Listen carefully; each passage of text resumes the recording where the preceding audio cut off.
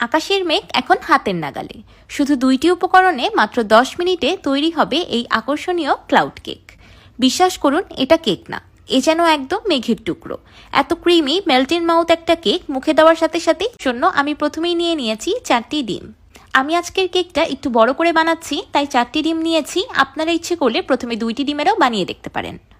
এবার আমি ডিমের সাদা অংশ আর কুসুমগুলোকে আলাদা করে নিব।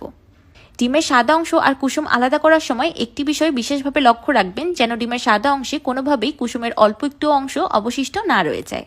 এই কুসুমগুলো দিয়ে আপনারা কাস্টার্ড ক্রিম তৈরি করতে পারেন।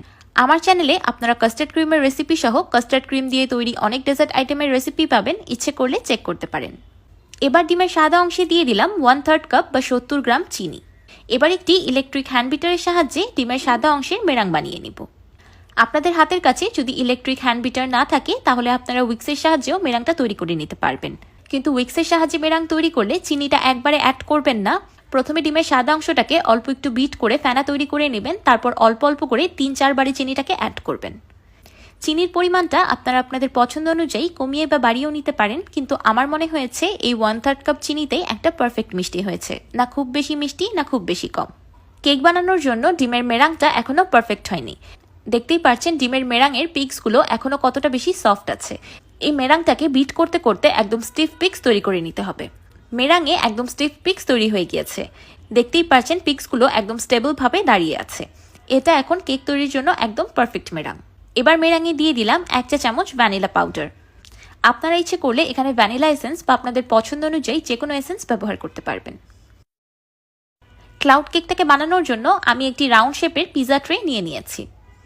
এই পিজা ট্রেটা এমনিতেই ননস্টিক, তারপরেও আমি উপরে হালকা বাটার গ্রিস করে দিয়েছি।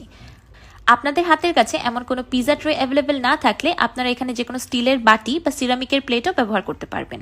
আবার ইচ্ছে করলে যে কোনো বেকিং ট্রে বা মোল্ডও ব্যবহার করা যেতে পারে। এবার একটি স্প্যাচুলার সাহায্যে অল্প অল্প কেকের ব্যাটার নিয়ে প্লেটের ঠিক মাঝখানে শেপ দিয়ে দিচ্ছি। আপনাদের ডিমের মেরাংটা যদি একদম পারফেক্ট হয়, তাহলে এই শেপটা দিতে একদমই অসুবিধা হবে না, খুব সহজেই দিতে পারবেন।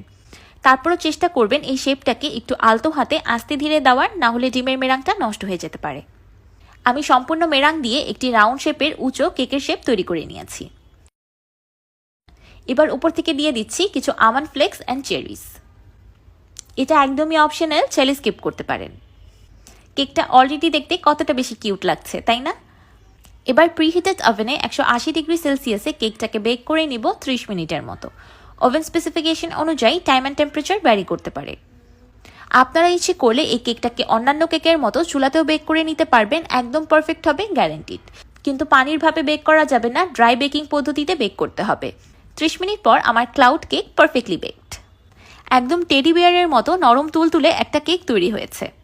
আজকের কেকটা আমি পিস পিস করে কাটবো না, একদম মাঝখান থেকে কেটে আমি আপনাদেরকে কেকের সৌন্দর্যটা দেখাবো। মাশাআল্লাহ, দেখতেই পারছেন একদম মেঘের মতো নরম তুলতুলে একটা ক্লাউডি কেক তৈরি হয়েছে।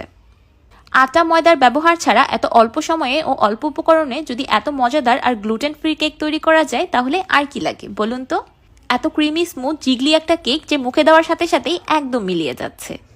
কেকটা খেতে ঠিক কটন ক্যান্ডির মতো, কিন্তু কটন ক্যান্ডি থেকেও খুব বেশি ক্রিমি। কেকটা এতটাই বেশি নরম তুলতুলে ও কিউট যে আমার তো কেকটাকে ধরে আদর করতে ইচ্ছে করছিল, তাই চামচ রেখে হাত দিয়েই ছিঁড়ে নিলাম। কেকটাকে দেখতে একদম মেঘের টুকরোর মতোই লাগছে, তাই না? শুধু দেখতেই যে সুন্দর তা কিন্তু নয়, খেতেও কিন্তু খুব বেশি মজাদার। আমার আজকের এই ক্লাউড কেক রেসিপিটি আপনাদের কাছে কেমন লাগলো আমাকে অবশ্যই কমেন্ট করে জানাবেন। ভিডিওটি ভালো লাগলে একটি লাইক দিবেন আর আমার চ্যানেল সাবস্ক্রাইব করে আমার চ্যানেলের পাশেই থাকবেন। আল্লাহ হাফেজ।